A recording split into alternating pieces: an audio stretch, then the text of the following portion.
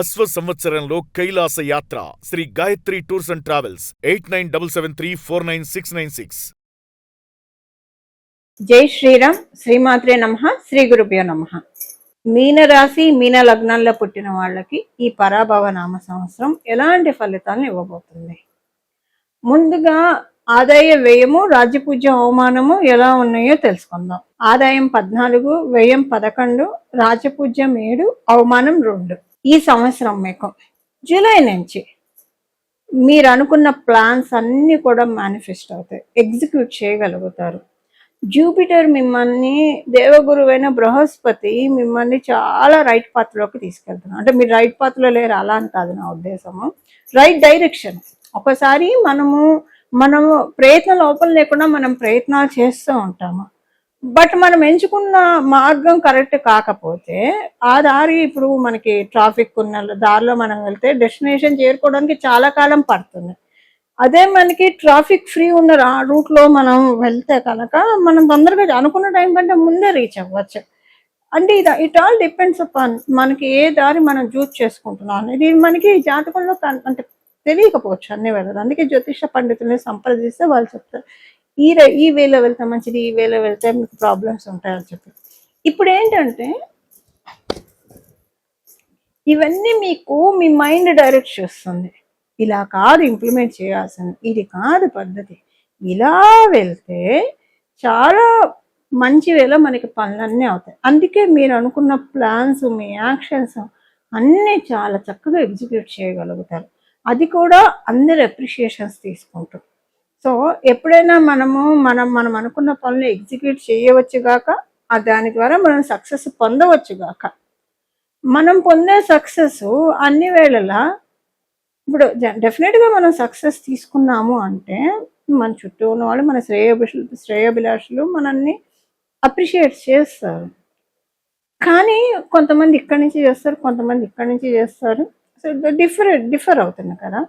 ఇప్పుడు నేను ఇదంతా ఎందుకు చెప్తున్నానంటే, ఇప్పుడు మీరు ఎంచుకున్న మార్గం, మీ యాక్షన్, మీకు వచ్చే సక్సెస్, ఇవన్నీ కూడా మీరు చేసే ఎగ్జిక్యూషను అందరు మన్ననలు మీరు అందుకోగలుగుతారు. అంటే సింపుల్గా చెప్పాలంటే లైమ్ లైట్లోకి వెళ్ళబోతున్నారు.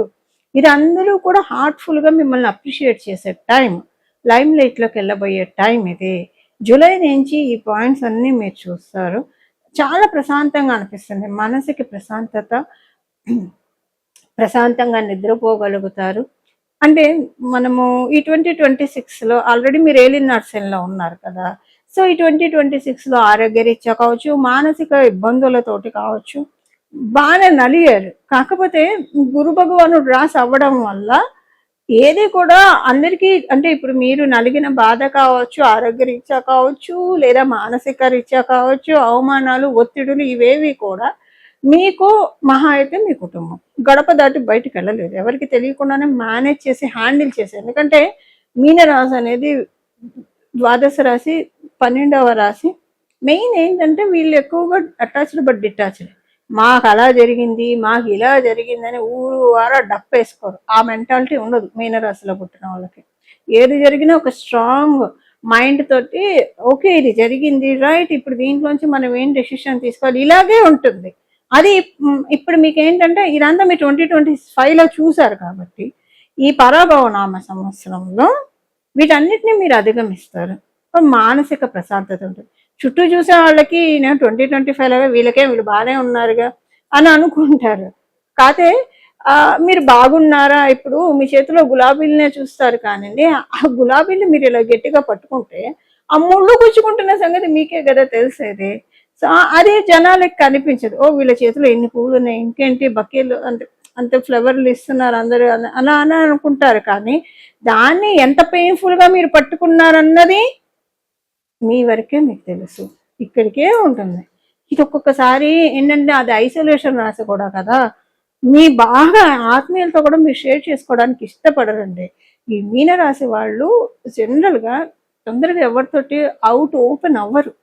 అంటే వాళ్ళు ఓపెన్ అయ్యారంటే అవతల వ్యక్తి ఎంత ట్రస్ట్ వర్ది అయితే తప్పించి ఓపెన్ అవ్వరు. మ్యాక్సిమం ఇలా పెడతారు, అసలు వాళ్ళ మైండ్లో కూడా ఉంచుకోరు, వాళ్ళ మైండ్లోంచి కూడా ఇవి తీసేస్తారు. So that how they reach the success అని చెప్పచ్చు. సో ఇప్పుడు ఇదంతా ఎందుకు చెప్తున్నానంటే, ఈ సంవత్సరం మీరు ఇలా పట్టుకోవాల్సిన విషయాలు ఏం లేవండి. హ్యాపీగా ఎంజాయ్ చేయండి. ప్రశాంతంగా మీరు అంటే చెప్తున్నా కదా, లైమ్ లైట్లోకి వెళ్తారు, మంచి రికగ్నైజేషన్ వస్తాయి, పేరు ప్రతిష్టలు పెరుగుతాయి, అవార్డులు రివార్డులు పొందే సమయము. మీరు విద్యార్థులు అయితే శుభ్రంగా మంచి ఫోకస్, మంచి లైమ్ లైట్లోకి వెళ్ళేసాం. అసలు ఏ ఫీల్డ్లో ఉన్న వాళ్ళు అయినా సరే మంచి లైమ్ లైట్లోకి వెళ్ళే పీరియడ్, పర్ఫెక్ట్ పీరియడ్. మీకు నవమ రాశి ఏమండి, వృశ్చిక రాశి, మీకు నవమ రాశి. ఈ వృశ్చిక రాశి మీద కూడా గురు భగవానుడు శుభ దృష్టి పడుతుంది. ఎప్పుడు? జూలై నుంచి.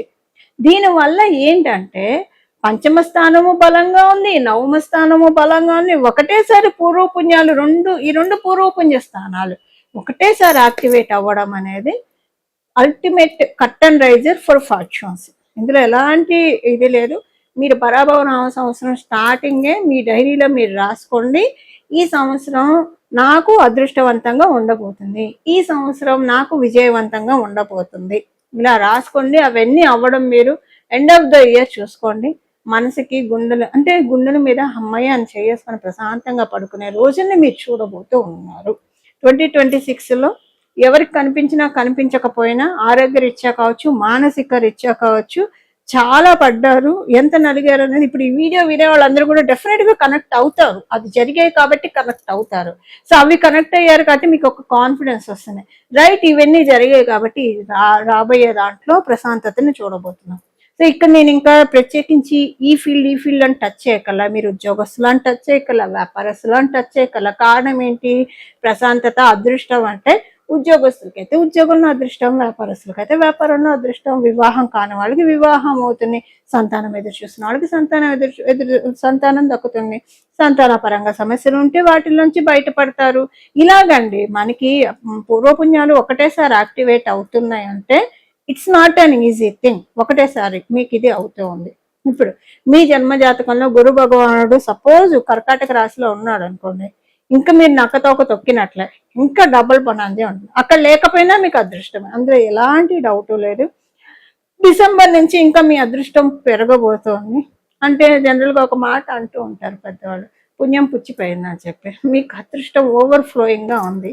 డిసెంబర్ నుంచి ఆర్థికంగా, జూలై నుంచే ఉంది ఆర్థికంగా బలోపేతం అవ్వడము, లైమ్ లైట్లోకి వెళ్ళడం, ఇవన్నీ డిసెంబర్ నుంచి ఇవి ఇంకా బాగా బలోపేతం అవుతాయి. సో క్లీన్ మేనిఫెస్టేషన్ ఉంటుంది, అంటే ఎగ్జిక్యూట్ అయ్యే మేనిఫెస్టేషన్స్ ఉంటాయి. ప్రతి పని కూడా టిక్కు కొట్టుకుంటూ వెళ్ళిపోతారు. మీ డైరీలో నేను ఈ పని చేయాలి, ఈ పని చేయాలి, ఈ పని చేయాలని ఒక స్కెచ్ చేసుకుంటారు కదా, ఆ స్కెచ్లు అన్నీ కూడా టిక్కులు కొట్టుకుంటూ వెళ్ళిపోతారు. అది ఈ సంవత్సరం మీ ఫలితాలు.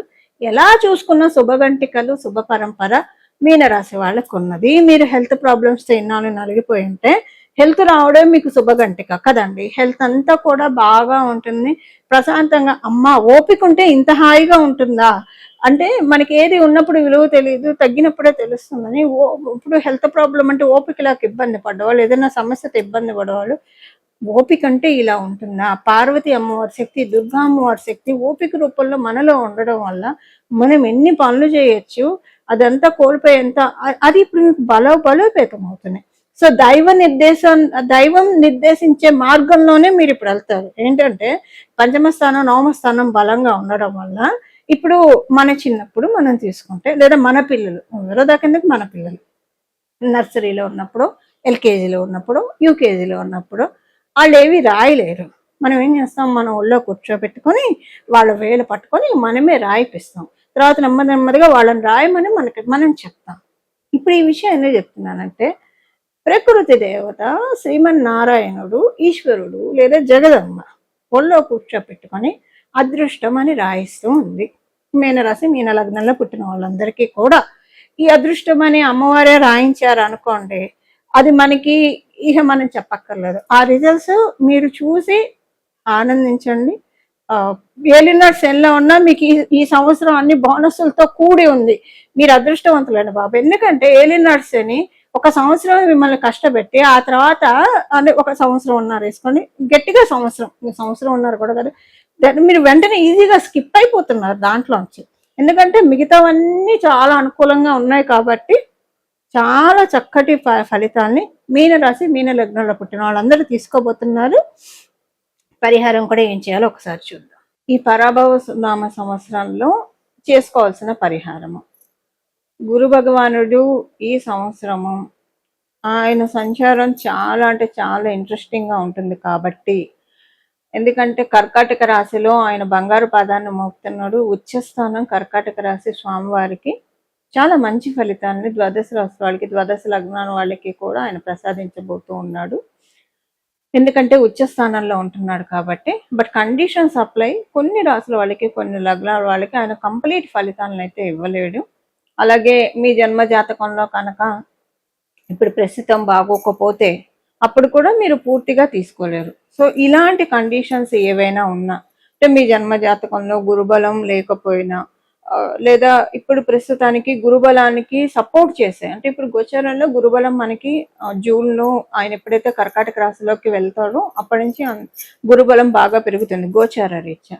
కానీ మీ జన్మ జాతకం ప్రకారము మీకు గురుబలం ఎక్కువగా లేకపోయినా, లేదా గురుబలాన్ని డామినేట్ చేసే విధంగా మీకు ప్లానెటరీ పొజిషన్స్ ఉంటే కనుక దానికోసము పరిహారము అందరికీ కలిపి, అంటే ద్వాదశ రాశుల వాళ్ళకి కూడా ఈ సంవత్సరం అంతా కూడా వీలైనంత వరకు దక్షిణామూర్తి స్వామి వారి ఆరాధన చాలా సత్ఫలితాన్ని ఇస్తుంది. ప్రతిరోజు కూడా మీరు స్నానం చేసిన వెంటనే ఒక 12 సార్లు, ఒక 3 సార్లు అయినా సరే దక్షిణామూర్తి స్వామి వారి స్తోత్రాన్ని చదవడం వినడం చేస్తే కనుక చాలా అంటే చాలా ఉత్తమ ఫలితాలు వస్తాయి. ఇప్పుడు ఏంటంటే మీరు ఒకవేళ దక్షిణామూర్తి స్వామి వారి స్తోత్రం చేసిన విడిగా కూడా మీరు జపించుకోవడానికి రోజంతా కూడా ఏ పని చేస్తూ ఉన్నా సరే దక్షిణామూర్తి స్వామి వారి మంత్రం జపించవచ్చు. శ్రీ గురు దక్షిణామూర్తయే నమః, శ్రీ గురు దక్షిణామూర్తయే నమః, శ్రీ గురు దక్షిణామూర్తయే నమః ఈ నామాన్ని జపించుకోవడము. లేదా శ్రీ గురుదత్త జయ గురుదత్త శ్రీ దత్త శరణం మమ, శ్రీ గురుదత్త జయ గురుదత్త శ్రీ దత్త శరణం మమ, శ్రీ గురుదత్త జయ గురుదత్త శ్రీ దత్త శరణం మమ. అలాగే మీరు హయగ్రీవుణ్ణి ఆరాధించిన, సరస్వతి అమ్మవారిని ఆరాధించిన, ఎవరిని ఆరాధించినా, అంటే గురుమూర్తి రూపంలో ఉండే ఏ దేవీ దేవతలను ఆరాధించినా కూడా చక్కటి రాఘవేంద్ర స్వామి వారిని కావచ్చు, ఇలాగా మీరు ఏ దేవీ దేవతలను ఆరాధించినా, అంటే గురువు స్థానాన్ని సూచించే దేవీ దేవతలు, గురుతత్వాన్ని సూచించే దేవీ దేవతలు, ఏ దేవీ దేవతల ఆరాధన చేసినా కూడా చాలా అంటే చాలా చక్కటి ఫలితాలు చక్కగా సిద్ధిస్తాయి. ఇలా మనందరం కూడా ఈ సంవత్సరం మొత్తం కూడా గురువు యొక్క కృపా కటాక్షాన్ని తీసుకోవడానికి అత్యుత్తమమైన సమయము. ఇప్పుడు 12 ఆయన కర్కాటక రాశిలోకి రావడము, మళ్ళీ ఆయన కర్కాటక రాశిలోకి రావాలంటే ఈ సంవత్సరం ఇంట్రెస్టింగ్ గా కూడా ఉంది స్వామివారి ట్రాన్సిట్, గురు భగవానుడి యొక్క ట్రాన్సిట్. అది మళ్ళీ తర్వాత మనం సపరేట్ వీడియో చేద్దాం దాని గురించి. కానీ ఇప్పుడు మటుకు గురువు యొక్క బలాన్ని అందరం పెంపొందించుకోవడానికి this is the best time and right period అని కూడా చెప్పొచ్చు. ఇక్కడ నుంచి గురువు యొక్క ప్రభావం చాలా ఎక్కువగా ఉంటుంది. అది ఇక్కడ నుంచి కొన్ని సంవత్సరాల పాటు అని కూడా చెప్పచ్చు. ఎందుకంటే ఆయన అతిచారంలోకి వెళ్తూ ఉన్నాడు. ఈ సంవత్సరంలో కూడా అతిచారంలోకి వెళ్తున్నాడు. అతిచార గురువుడు అతి బలవంతుడు అని చెప్తుంది జ్యోతిష శాస్త్రము. సో ఇది ఇప్పుడు మీకు గురుబలం ఉన్నా లేకపోయినా, మీకు తెలిసినా తెలియకపోయినా సరే, ఈ సంవత్సరం నుంచి గురుబలం మనందరం పెంచుకోవడానికి, మీకు ఆల్రెడీ గురుబలం ఉంటే చాలా మంచిది. ఇక మీకు మీరు నక్కతో కుదుకినట్లే. గురుబలం లేదు అని అనుకుంటే కనుక ఇప్పుడు గురుబలాన్ని పెంచుకోవడానికి సరైన సమయం, రైట్ పీరియడ్ అని చెప్పడంలో ఏమాత్రం సందేహం లేదు. ఈ విధంగా మనం అందరం కూడా గురుబలాన్ని పెంపొందించుకొని మన జీవితాన్ని మంగళప్రదంగా, అదృష్టప్రదంగా, సౌభాగ్యవంతంగా మార్చుకోవాలని చెప్పి మనందరి తరఫున జగన్మాతను మనస్ఫూర్తిగా ప్రార్థిస్తూ మంగళం. నమో భగవతే వాసుదేవాయ.